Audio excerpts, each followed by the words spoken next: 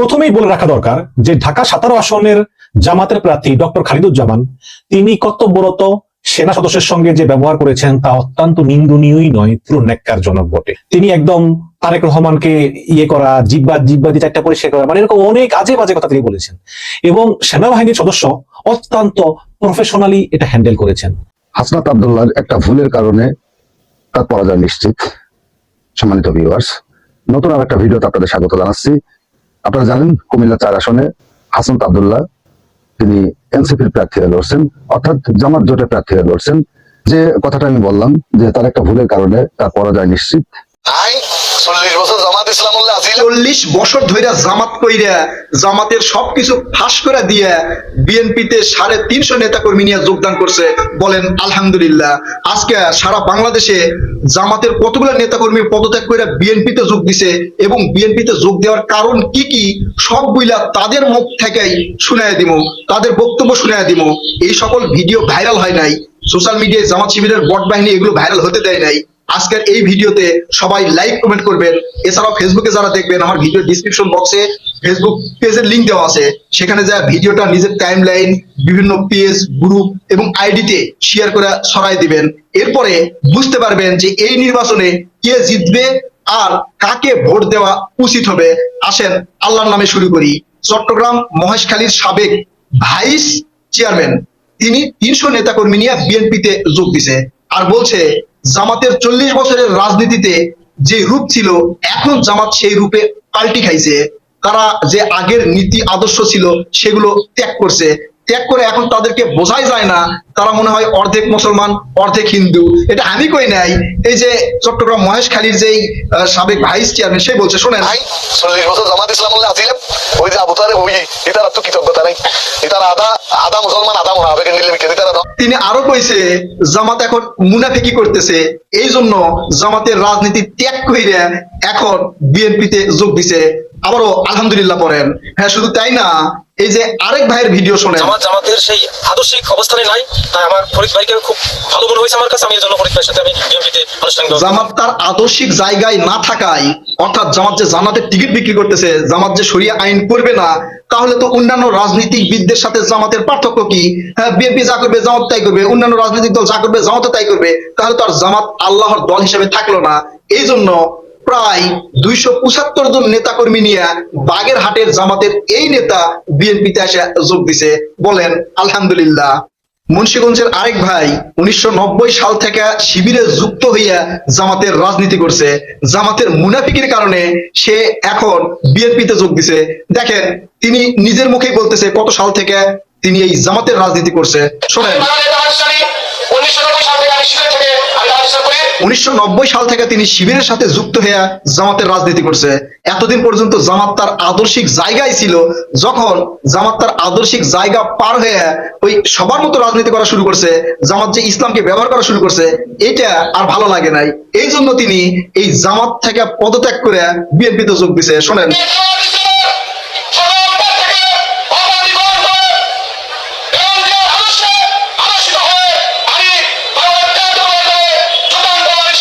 বলেন আলহামদুলিল্লাহ। এই ভাই 350 জন জামাতের নেতাকর্মী নিয়ে বিএনপিতে যোগ দিছে। ভিডিওটা ভাইরাল করা লাগবে, কিন্তু জামাত শিবিরকে দেখাতে হবে, সাধারণ জনগণকে দেখাতে হবে যে জামাত থেকে দলে দলে পদত্যাগ করে এখন বিএনপিতে যোগ দিচ্ছে। ঠিক আছে, তাহলে জনগণ বুঝবি এবং জানবে, তারাও বুঝতে পারবে জামাতের রাজনীতি কোন জায়গায় গেছে এবং সামনের যে 12 ফেব্রুয়ারি জাতীয় সংসদ নির্বাচনে কাকে ভোট দিতে হবে জনগণ বুঝে যাবে। এই যে বগুড়ার আরেক ভাই 30 জন নেতাকর্মী জামাত থেকে পদত্যাগ কইরা বিএনপিতে এসে যোগ দিছে। শোনেন, তার মুখে শোনেন। আমি এই দলে সমাসীন হয়েছি। তিনি 30 জন নেতাকর্মীকে নিয়ে বিএনপিতে এসে যোগ দিছে, জামাত থেকে পদত্যাগ করছে, পদত্যাগপত্র পাঠিয়ে দিছে। আমি কিন্তু তাদের নিজের মুখের বক্তব্যগুলো শোনাচ্ছি, আবার আমাকে দোষ দেন না, আমি নিজে নিজে বেনা বেনা করছি। ঠিক আছে, এগুলো ভিডিও ছোট ছোট পেজে ছোট ছোট আইডিতে পোস্ট হয়েছে, সেগুলো আমি একবারে স্থান উল্লেখ কইরা আপনাদেরকে দেখাচ্ছি। আবার কইেন না যে আমি নিজের মুখে বলতেছি বা এদেরকে আমি শিক্ষা দিছি। ঠিক আছে, আমি থাকি ঢাকায়, ওই মুন্সিগঞ্জ, বগুড়া, পিরোজপুর, ময়মনসিংহ, চট্টগ্রাম এগুলো তো যাওয়ার সময় আমার নাই। ঠিক আছে, তাই তাদের মুখ দিয়ে শুনে দিচ্ছি। তো এরকম দলে দলে আসতেছে, আরো আছে, আমি আরো দেখা দিব। দলে দলে বিএনপির ছায়া তলে আসতেছে। ঠিক আছে, তো আলহামদুলিল্লাহ পড়বেন, সবাই আলহামদুলিল্লাহ পড়বেন, ভিডিওতে লাইক কমেন্ট করবেন এবং ভিডিওটা ছড়াই দিবেন। জামাত শিবিরের বট বাহিনীর কিছু অদৃশ্য শক্তির কথা সোশ্যাল মিডিয়ার আমি আজকে আপনাদেরকে তুলে ধরবো। তো তার আগে আর কোথায় কোথায় যুক্ত হয়েছে সেগুলো আপনাদেরকে জানাই, মানে জামাত থেকে পদত্যাগ করছে সেগুলো জানাই। এই যে আরেক ভাইয়ের কথা শোনেন।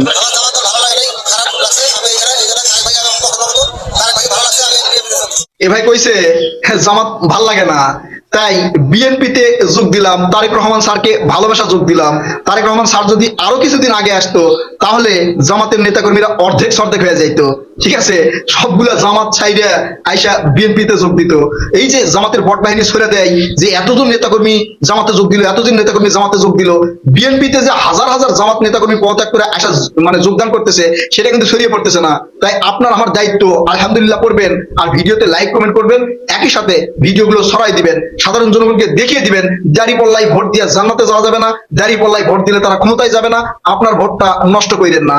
এই জন্য এই 12 তারিখে জাতীয় সংসদ নির্বাচনে ধানের শীষে ভোট দিবেন এবং এই পদত্যাগের ভিডিও তারা দেখার পরে অটোমেটিকলি মন ঘুরে যাবে যে জামাত থেকে যেহেতু পদত্যাগ করতেছে তাহলে জামাতে আর ভোট দিয়ে লাভ হবে না, ধানের শীষেই ভোট দিতে হবে, দেশ গড়তে হবে।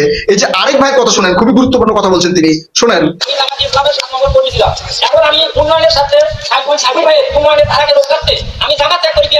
তিনি এখানে বলছে উন্নয়নের স্বার্থে, উন্নয়নের ধারাকে অব্যাহত রাখতে তিনি বিএনপিতে যোগ দিয়েছেন। তো আগামী দেশ যদি ভালো করতে চান, দেশ যদি বিনির্মাণ করতে চান, দেশের যদি উন্নয়ন চান, তাহলে এই ভাইয়ের মতো বিএনপিতে যোগ দিতে হবে, ধানের শীষে ভোট দিতে হবে।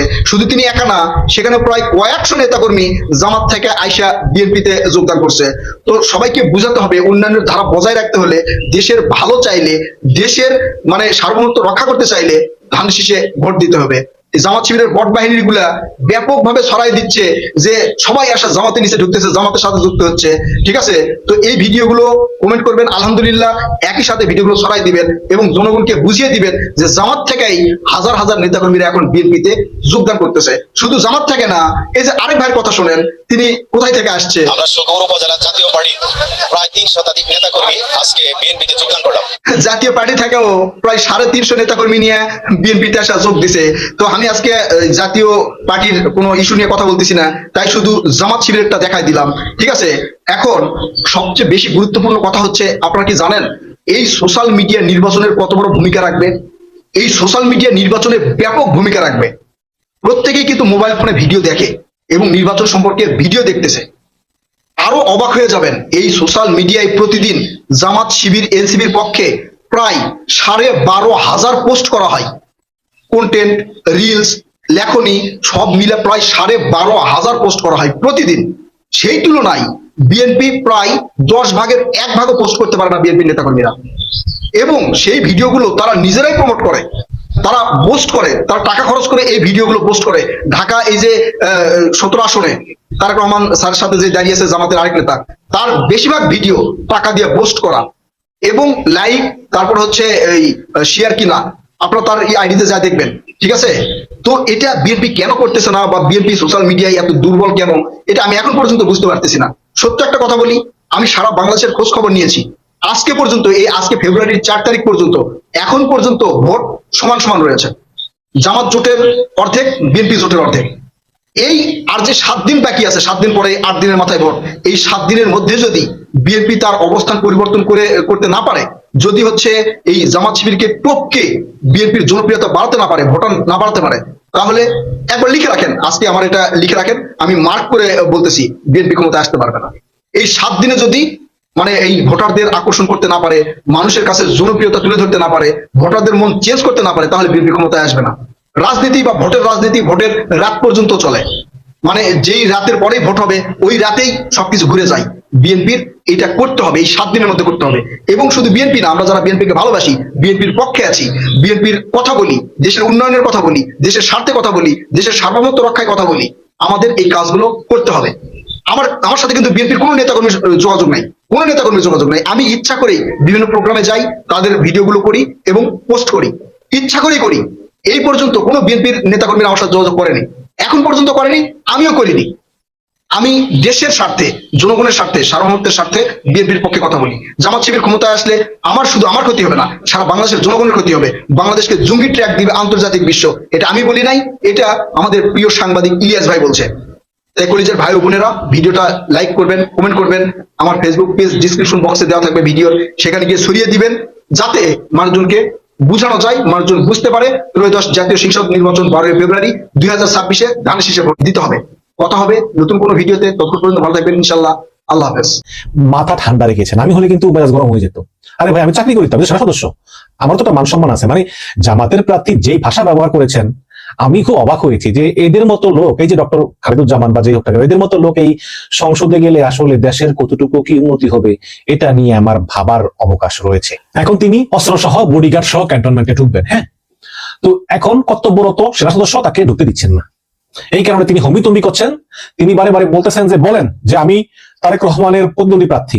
তার মানে এখানে আপনাকে তারেক রহমানের পরিচয় দেওয়া লাগতেছে, আপনি তারেক রহমানের বিরুদ্ধে দাঁড়াইছেন। দ্বিতীয়ত, তারেক রহমান হচ্ছে একটা পার্টির প্রধান, তার সঙ্গে তুলনা হতে পারে ডক্টর শফিকুর রহমানের, কারণ তিনি জামাতের প্রধান। হ্যাঁ, কিন্তু আপনি তারেক রহমানের বিরুদ্ধে দাঁড়ালেও আপনি তো দলের নেতা না। কাজী তারেক রহমান যে ধরনের নিরাপত্তা পাবে আপনি সেটা পাবেন না। এটা তো বাস্তবতা। এখন তারেক রহমানকে ঢুকতে দেয়, তারেক রহমান গেলে জিব্বা দিয়ে একটা রাস্তা পরিষ্কার করে, 5ই আগস্টের পরে বহু সেনাবাহিনীর আপনার পা ধরে ছিল, এগুলো তো অবান্তর কথাবার্তা। আপনি এমপি হবেন, সংসদে যাবেন, দেশের জনগণের জন্য সেবা করবেন, আপনার মুখের ভাষা যদি এগুলো হয়। এখন উনি বলতেছেন যে যেহেতু ওই হাদি মারা গেছে, এই জন্য ওনারা সিকিউরিটি নিয়ে কনসার্ন ছিল, হাদি কাছের লোক ছিল, তার সঙ্গে একসাথে চলছে ফিরছে, ভালো কথা। এই কারণে উনি উত্তেজিত হয়ে গিয়েছেন এবং ওই দিনই উনি সেনাবাহিনীর কাছে গিয়ে প্রকাশ্যে ক্ষমা চেয়েছেন যে ভাই, আমি অনেক খারাপ ব্যবহার করেছি, আমাকে ক্ষমা করে দেন। এবং সেনাবাহিনী কর্মকর্তারাও তার এই ক্ষমা অ্যাকসেপ্ট করেছেন এবং তারাও ক্ষমা করে দিয়েছেন এবং বিষয়টি সেখানেই মিটমাট হয়ে গিয়েছে। এই ঘটনা ঘটেছে 6ই জানুয়ারি, আজকে হচ্ছে 4 ফেব্রুয়ারি, 6ই জানুয়ারি, তার মানে প্রায় 28-29 দিন আগের ঘটনা। তো এই জামাতের প্রার্থী ডক্টর খালিদুজ্জামান যখন এই ধরনের শাউটিং করতেছিলেন, তখন কিন্তু সেনাবাহিনীর বডি ক্যামেরা এটা রেকর্ড হচ্ছিল। এবার কিন্তু নিয়ম, যখনই আপনার সামনে কোনো অপ্রীতিকর ঘটনা ঘটে তখনই সরাসরি বডি ক্যাম অন করা হচ্ছে নিয়ম। এবং এই বডি ক্যামে যা রেকর্ড হয় এটা কিন্তু যেই সেনা সদস্য রেকর্ড করতেছে সেও দেখতে পারে না। এটা সেনাবাহিনীর পার্টিকুলার ডিপার্টমেন্টে জমা দিতে হয়। জমা দিলে ওরা ওখান থেকে এই ফুটেজ গুলো সংগ্রহ করে সেভ করে রাখে বা প্রয়োজনীয় ব্যবস্থা নেয়। এই বডি ক্যামটা কিন্তু সেনাবাহিনীর খুবই সিক্রেট জিনিস। তো সেনা সদস্য যা করছে ঠিক করেছে, সে তার বডি ক্যাম অন করেছে, অন করে সে কি বলেছে বা খালিদুজ্জামান কি বলতেছে, এটার একটা, যদি এটা আদালতে যায় তাহলে একটা এভিডেন্স হিসেবে আদালতে দেওয়া যেতে পারে, বা যদি একটা আন্তঃবিভাগীয় একটা তদন্ত কমিটি হয় তারাও দেখতে পারে। এই উদ্দেশ্যেই বডি ক্যামটা অন করা। হ্যাঁ, এই ঘটনা ঘটার 28 দিন পর, যেখানে ক্ষমা চাওয়া হয়ে গিয়েছে, মিটমাট হয়ে গিয়েছে, যেখানে নির্বাচনের আর মাত্র 8 দিন বাকি, এমন সময় আমাদের অনুসন্ধানী সাংবাদিক, সেই অনুসন্ধানী সাংবাদিকের ফেসবুক পেজে আপলোড করা হলো যে বডি ক্যামের ভিডিও সেনাবাহিনীর পার্টিকুলার ডিপার্টমেন্টের কাছে থাকার কথা, সেখান থেকে হ্যাক হয়ে সেই ভিডিও চলে গেল একজন অনুসন্ধানী সাংবাদিকের কাছে। এখন প্রশ্ন হচ্ছে, 28 দিন আগের ভিডিও যেটা মিটমাট হয়ে গিয়েছে, সেটাই নির্বাচনের 8 দিন আগে আসলে কি উদ্দেশ্যে ফাঁস করা হলো? দেখুন, আমি কিন্তু বিএনপির বিরুদ্ধে না। তারেক রহমানকে দেখেছি 17 বছর, খুব ভালো মানুষ, এবং উনি যে ফ্যামিলি কার্ড দিবেন বলছেন, এগুলো খুব ভালো উদ্যোগ। কিন্তু দেশের একটা বৃহৎ অংশের মানুষ তারা মনে করে যে বিএনপি ক্ষমতায় আসলে কোনো না কোনো ভাবে, এখন না হলেও পরবর্তীতে বা আস্তে আস্তে তারা ওই আওয়ামী লীগের পুরানো সিস্টেমে ফিরে যাবে, সেই দুর্নীতিবাজ, সেই চাঁদাবাজ, সেই সব কিছুতে ফিরে যাবে। দেখুন, আপনি পরিবর্তন চান, আমি পরিবর্তন চাই, পুরানো সিস্টেমকে ছুঁড়ে ফেলে দিতে হবে। কিন্তু যেই লোকটা সচিব, সারাদিন সে রাজার মতো বসে থাকে, কোনো কাম কাজ করে না, বাড়ি ফিরে আসে, আবার অফিসে যায়, কোনো কাম কাজ করে না, মাস শেষে কোটি কোটি টাকা সে বিভিন্নভাবে ইনকাম করে, সে কি পরিবর্তন চায়? যেই লোকটা চাঁদাবাজি করে কাউরান বাজারের 2 পাশের রাস্তা থেকে কোটি কোটি টাকা চাঁদা তোলে, সে কি পরিবর্তন চায়? চায় না তো। যেই লোকটা ব্যাংক থেকে লোন নিয়েছে, ঋণ খেলাপি, সে কি পরিবর্তন চায়? চায় না তো। ইউনূস সরকারের 2 জন উপদেষ্টা, আসিফ মাহমুদ, সজীব ভুইয়া এবং ফয়জুল করিম, 2 জন বলেছেন যে প্রশিক্ষণ বিমানটা মাইলস্টোনের উপর বিধ্বস্ত না হয়ে সচিবালয় হওয়া উচিত ছিল, কারণ সচিবালয়ে এমন একটা স্ট্রাকচার তৈরি করে রেখেছে, আপনি ওদের সহায়তা ছাড়া চলতে পারবেন না, আবার আপনি ওদেরকে ভাঙতেও পারবেন না। বাংলাদেশের উন্নয়নের পথে সবচেয়ে বড় শত্রু সচিবালয়। তারা কি পরিবর্তন চায়? চায় না, কিন্তু তারা অগাধ পাওয়ার নিয়ে বসে আছে, আমলাতন্ত্র। এই আমলাতন্ত্র পরিবর্তন চায় না, তারা চায় সেই ভূতপূর্ব ব্যবস্থা। তারা কিছুই করবে না, দুর্নীতি করবে আর টাকা কামাবে আর আনন্দ ভর্তি করে বেড়াবে। তো একটা উদ্দেশ্য জানো আমরা, যে এই আমলারা পরিবর্তন চায় না, তার কারণ আছে, কারণ তারা দুর্নীতি করতে চায়, সৎ মানুষ হতে চায় না। এটা যুক্তি পেলাম। দ্বিতীয় হচ্ছে সেনাবাহিনী। দেখুন, আপনি যদি সেই অনুসন্ধানী সাংবাদিকের গত 5 বছর ধরে আপনি দেখবেন যে শেখ হাসিনার আমলেও এই সেনাবাহিনীর ভিতর থেকে তাকে অনেক গোপন তথ্য দিত, এবং সেই তথ্য আমরা ব্যবহার করেছি, এটা সত্য কথা। এবং হাসিনার আমলে কি পরিমাণ দুর্নীতি, কি পরিমাণ মানবাধিকার লঙ্ঘন, কি পরিমাণ সেনাবাহিনীর ভিতরে অভ্যন্তরীণ দুর্নীতি, এইসব বিভিন্ন বিষয়ে আমরা তথ্য জেনেছি। তো 5ই আগস্টের পর আপনি দেখবেন এই অনুসন্ধানী সাংবাদিক, তার সঙ্গে জামাতের একটা সখ্যতা ছিল, রিলেশন ছিল।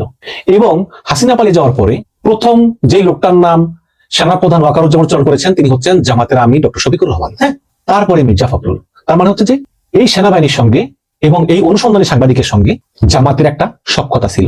আপনি দেখবেন যে আল জাজিরা যখন এই জুলাই নিয়ে একটা ডকুমেন্টারি করে, সেখানে পুরো এনসিপি টিম যারা নেতৃত্ব দিয়েছিল তাদেরকে উপেক্ষা করে শুধু সাদিক কাইয়ুম, বর্তমানে ডাকসু বিবি, তাকে একতরফা এই জুলাই আন্দোলনের ক্রেডিট দেওয়া হয়, না বিএনপি কে না এনসিপি কে। সবকিছু করেছে এই সাদিক কাইয়ুম। এবং সেখানে জেনারেল ওয়াকারের ইন্টারভিউ আছে যে 3রা আগস্ট তিনি যে মিটিং করেছেন জুনিয়র অফিসারদের সঙ্গে, কোন হলে করেছেন, সেখানে কি কথা হয়েছে, এটা জেনারেল ওয়াকারুজ্জামান এক্সপ্লেইন করেছেন সেই আল জাজিরা টিমকে। এবং সেখানে শুধুমাত্র একজন হিরো, তিনি হচ্ছেন সাদিক কাইয়ুম। তো এই যখন অবস্থা, তারপরেই আসলে ঘটনা পরিবর্তিত হতে থাকে। আপনারা একটা জিনিস খেয়াল করবেন, আপনারা যদি সেই অনুসন্ধানী সাংবাদিকের সেই 5ই আগস্ট থেকে এই পর্যন্ত তিনি যে সূক্ষ্মভাবে পরিবর্তিত হচ্ছে, আপনারা যদি তার পরিবর্তনের দিকে নজর রাখেন, তাহলে আপনারা কিন্তু সেনাবাহিনীর মনোভাবটা বুঝতে পারবেন। কারণ সেনাবাহিনী ওনাকে যেভাবে চালায় তিনিও সেভাবেই চলেন। তাহলে প্রশ্ন হচ্ছে যে এখন কেন সেই অনুসন্ধানী সাংবাদিক জামাত ইসলামের পিছনে লাগলেন? দর্শক, আমার মনে হয় ঘটনাটা শুরু হয়েছে আসলে অভিযুক্ত সেনা অফিসারদের বিচারের বিষয় নিয়ে। যখন এই 20, 22 বা 23 জন অভিযুক্ত সেনা অফিসারদেরকে বিচার করার জন্য আন্তর্জাতিক অপরাধ ট্রাইব্যুনালের চিফ প্রসিকিউটর তাজুল ইসলাম এবং ইউনূস সরকার সেনাবাহিনীকে খুব চাপ দিচ্ছে, তখন সেনাপ্রধান ওয়াকারুজ্জামান তিনি দিক বিদিক হয়ে চেষ্টা করতেছিলেন রাজনীতিবিদদের সমর্থনের জন্য, যাতে এই অভিযুক্তদের সেনা আইনে বিচার করা যায়। এবং সেক্ষেত্রে কিন্তু বিএনপি এগিয়েও এসেছে। বিএনপির স্থায়ী কমিটির সদস্য সালাউদ্দিন আহমেদ প্রকাশ্যে বলেছিলেন যে সেনাবাহিনীর প্রতি এমন আচরণ করা যাবে না যেটা পরবর্তীতে বুমেরাং হয়ে দাঁড়ায়। কারণ এই সেনাবাহিনী আমাদের গর্ব, এই সেনাবাহিনী একটি সাংবিধানিক প্রতিষ্ঠান, কাজেই এই সেনাবাহিনী মানে কষ্ট দিয়ে আমাদের কিছু করা উচিত হবে না। তার মানে বিএনপি স্পষ্টতই ইনডাইরেক্টলি হলেও এই অভিযুক্ত সেনা অফিসারদের পক্ষে দাঁড়িয়েছিল। কিন্তু জামাত থেকে এইরকম একটা স্টেটমেন্ট কিন্তু বের করানো যায়নি। তখন থেকে কিন্তু সেনাবাহিনীর সঙ্গে এই জামাতের দূরত্ব তৈরি হয়। আরেকটা বিষয় হচ্ছে রাষ্ট্রপতি চুপ্পু। সেনাবাহিনী চায় একটা নির্বাচন হোক এবং রাষ্ট্রপতি চুপ্পু তার আসনে থাকুক এবং তিনি স্বাভাবিকভাবে অবসর গ্রহণ করুক। হ্যাঁ, কিন্তু সাম্প্রতিক একটি ইন্টারভিউতে জামাতের আমির বলেছেন যদি আমরা নির্বাচনে জয়লাভ করি, তারপরে ওই চুপ্পুর কাছে শপথ নেওয়াটা হবে আমাদের জন্য সবচেয়ে বেদনার। তার মানে এখানে জামাত ইসলাম স্পষ্ট রাষ্ট্রপতি চুপ্পুর বিরুদ্ধে অবস্থান নিয়েছে। এবং গত পরশুদিন জামাতের আমিরের যে আইডি হ্যাক হয়েছে, সেখানেও তারা ওই রাষ্ট্রপতি দপ্তরের কর্মকর্তা সারোয়ার আলমকে অভিযুক্ত করেছে যে সেখান থেকেই ফিশিং লিঙ্ক পাঠানো হয়েছে, যার কারণে জামাতের আমিরের আইডি হ্যাক হয়েছে। যদি আজকে তারা বলেছে যে তারা নির্ধারণ করতে পেরেছে যে ভারত থেকেই এই আইডিটা হ্যাক করা হয়েছে, ভারত থেকেই সাইবার অ্যাটাক করা হয়েছে এবং ব্যবহার করা হয়েছে সরোয়ার আলমের আইডি, যিনি রাষ্ট্রপতি দপ্তরে চাকরি। এখন আপনি দেখেন, তাহলে আপনি দেখলেন যে বিএনপিকে সমর্থন করার জন্য আমলাদের হচ্ছে এক যুক্তি, সেনাবাহিনীর হচ্ছে আরেক যুক্তি, চাঁদাবাজদের হচ্ছে আরেক যুক্তি। আবার যারা তারাও কিন্তু অনেকে বিএনপিকে ভোট দিবে, তাদের যুক্তি হচ্ছে যে তারেক রহমান ফ্যামিলি কার্ড দিবে, তারেক রহমানের 31 দফা খুব ভালো, তারেক রহমান জনকল্যাণ করবে, এরকম। তো বিভিন্ন জনের বিভিন্ন যুক্তি, কিন্তু খারাপ লোকগুলো যুক্তি হলো যেহেতু আমরা পরিবর্তন চাই না, কাজে বিএনপি আসলে কোনো না কোনো ফর্মে আমাদেরকে আর পরিবর্তনের মধ্য দিয়ে যেতে হবে না, এবং ভারত থেকে আওয়ামী লীগকে ফিরিয়ে এনেও দেশের মাটিতে পুনর্বাসন করা হবে। অলরেডি বিএনপি অনেক লোকজন বলে বেড়াচ্ছেন। আজকে দেখলাম কক্সবাজার সম্ভবত একজন এমপি প্রার্থী বিএনপি, তিনি বলতেছেন যে যদি বিএনপি ক্ষমতায় আসে তাহলে মধ্যবর্তী নির্বাচন দিয়ে আওয়ামী লীগকে ফিরিয়ে এনে সেই মধ্যবর্তী নির্বাচনে আওয়ামী লীগকে অংশগ্রহণের সুযোগ দেওয়া হবে। আরো তো অনেকে একদম ডাইরেক্ট ওপেন বলতেছেন, বিভিন্ন বলতেছেন আওয়ামী লীগের দায়িত্ব আমি নিয়ে নিলাম, এগুলো বলতেছে। আরো অনেক শেষ করা যাবে না। এই কারণেই একটা বিশাল সাবধানবেশী গ্রুপ, সেখানে আমলা আছে, সেনাবাহিনী আছে, আওয়ামী লীগ আছে, চাঁদাবাজরা আছে, অসৎ লোক আছে, তারা মনে করে যে বিএনপি আর জামাতের ভিতরে বিএনপিকে মোটামুটি বিশ্বাস করা যায় যে বিএনপি ক্ষমতা এলে পরিবর্তনের মধ্য দিয়ে আমাদের যাওয়া লাগবে না, এবং এই কারণেই তারা চায় বিএনপি ক্ষমতায় আসুক। এবং অনুসন্ধানী সাংবাদিককে হয়তো কথা দেওয়া হয়েছে যে বিএনপি ক্ষমতা এলে আপনাকে প্রেস সেক্রেটারি করা হবে। হ্যাঁ, হতে পারে। তো এই সমস্ত বিভিন্ন কারণেই সবাই কিন্তু নিজের স্বার্থের কারণে সবাই বিএনপিকে সাহায্য করতেছে। এখন এমনটা অবস্থা হয়েছে, আপনি দেখেন যে তারেক রহমান যখন লন্ডন থেকে বাংলাদেশে আসবে, তখন সরকারের পক্ষ থেকে বলা হলো বিটিভিকে যে আপনি তারেক রহমানের এই আগমনের লাইভ ভিডিও সম্প্রচার করবেন না, কারণ তারেক রহমান এখন রাষ্ট্রের কেউ নয় অফিসিয়ালি। কিন্তু বিটিভির প্রধান সেই কথা শোনেননি, তিনি সরকারের কথা মনে করে তারেক রহমানের আগমনের লাইভ সম্প্রচার তিনি করেছেন।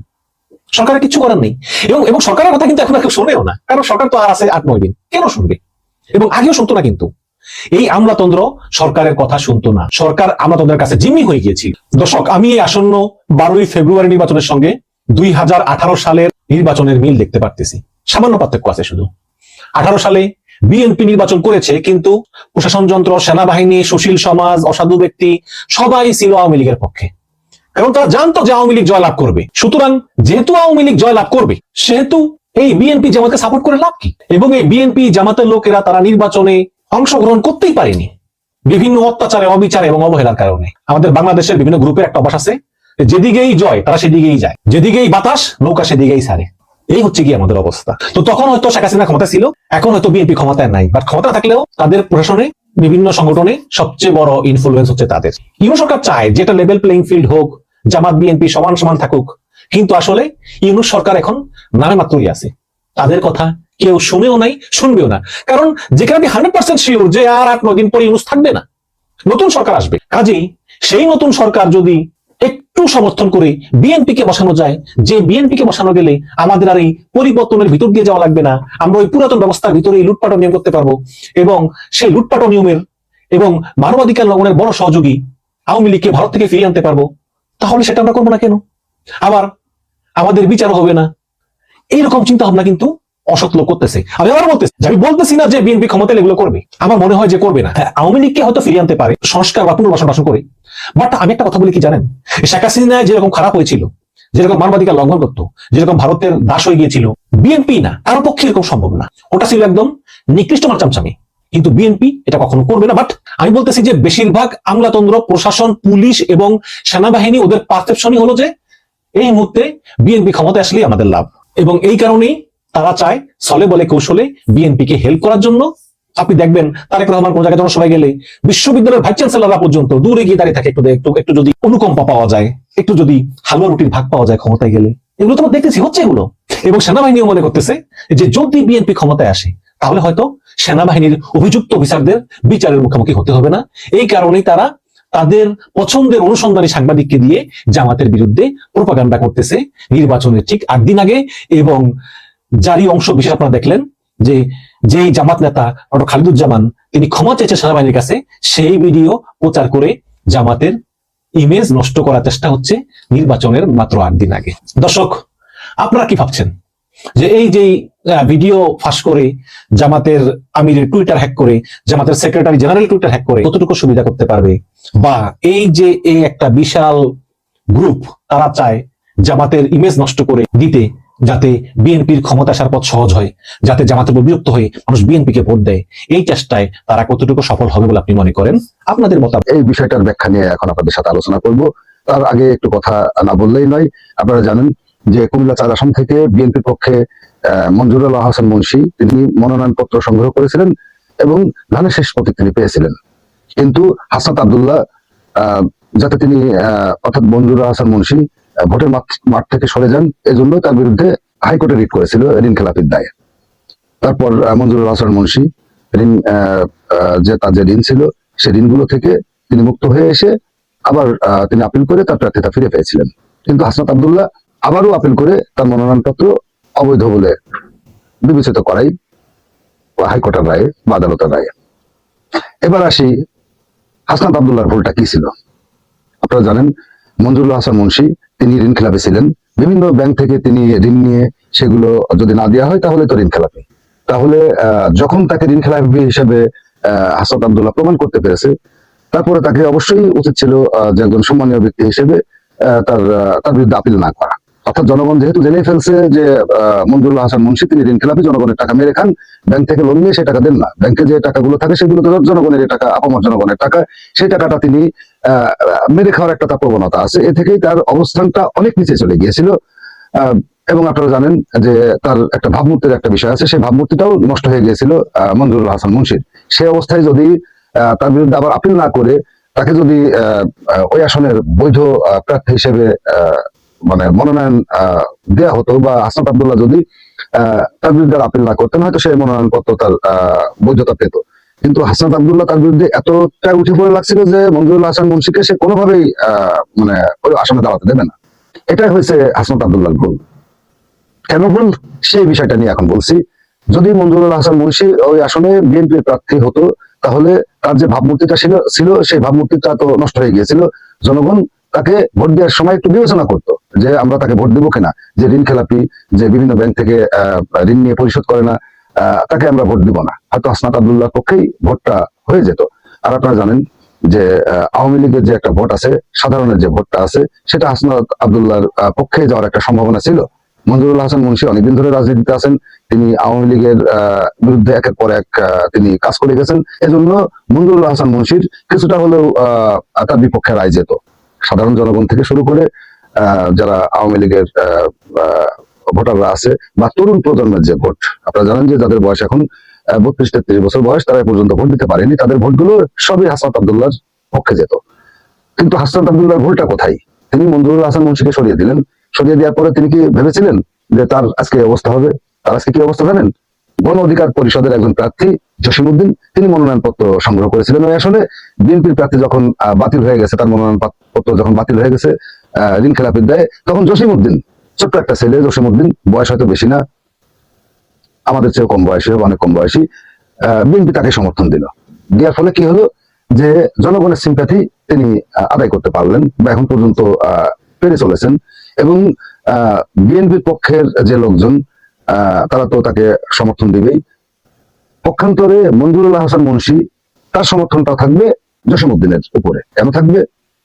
কারণ তাকে যেভাবে অপমান করে, অপদস্থ করে তাকে ভোট থেকে অর্থাৎ নির্বাচন থেকে সরিয়ে দেওয়া হয়েছে, এটা কারোর পক্ষে মেনে নেওয়া সম্ভব না, যেটা মঞ্জুরুল হাসান মুন্সিও মেনে নিতে পারেননি এবং কোনোদিনও মেনে নিতে পারবেন না। এবং হাসনাত আব্দুল্লাহকে কোনোদিনও সে ওই আসন থেকে নির্বাচিত হয়ে আসুক, এটা সে কখনোই চাইবে না। অন্যদিকে গণ অধিকার পরিষদের যে প্রার্থী জসিমউদ্দিন, তিনি ক্লিন ইমেজের একটা মানুষ, তার বিরুদ্ধে কোনো অভিযোগ নেই, তিনি ঋণ খেলাপি না, তিনি একজন সাধারণ মানুষের তালিকায় পড়েন।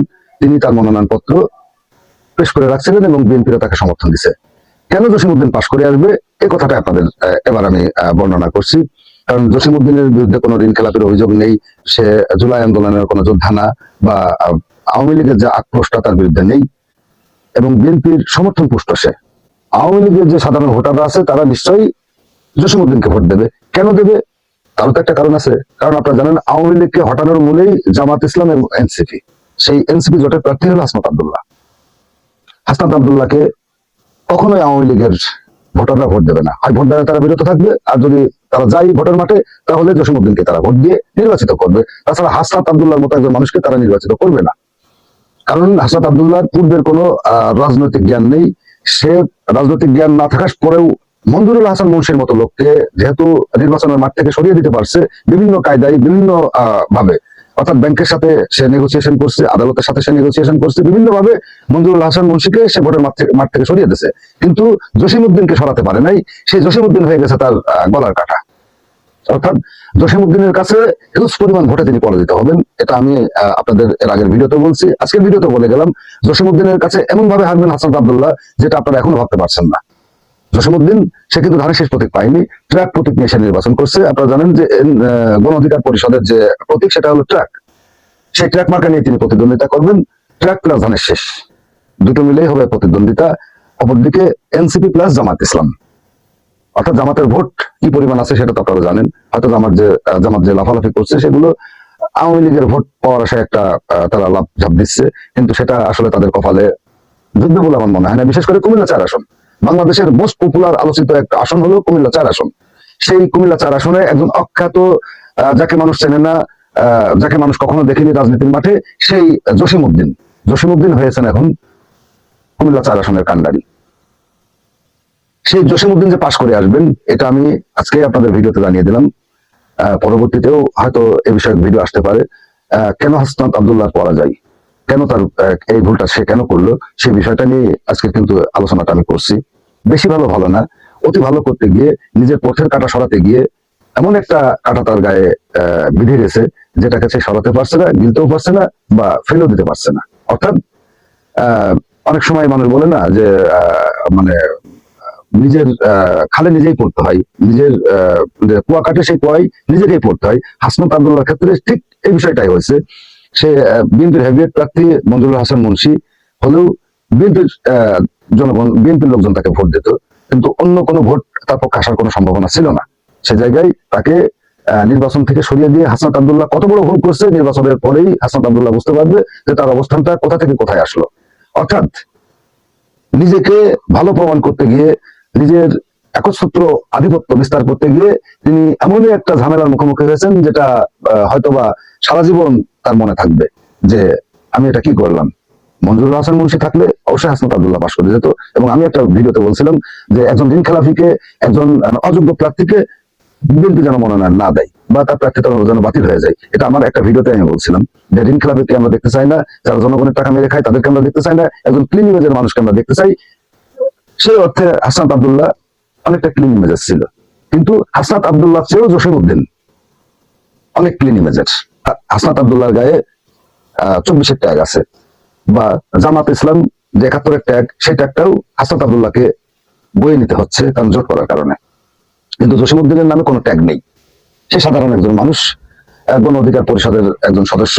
সে গণ অধিকার পরিষদের পক্ষে নির্বাচন করবেন, কিন্তু তার সমর্থন থাকবে কুমিল্লাবাসীর, কুমিল্লা 4 আসনের যত বিএনপি, আওয়ামী লীগ এবং সাধারণ জনতার। অর্থাৎ কুমিল্লা 4 আসনে নিজের পায়ে নিজেই কোড়াল মারলেন হাসনাত আব্দুল্লাহ, একথা নির্দ্বিধায় বলা যায়। সম্মানিত ভিউয়ার্স, আজকের ভিডিওটা এই পর্যন্তই। ভালো থাকবেন সবাই। আসসালামু আলাইকুম।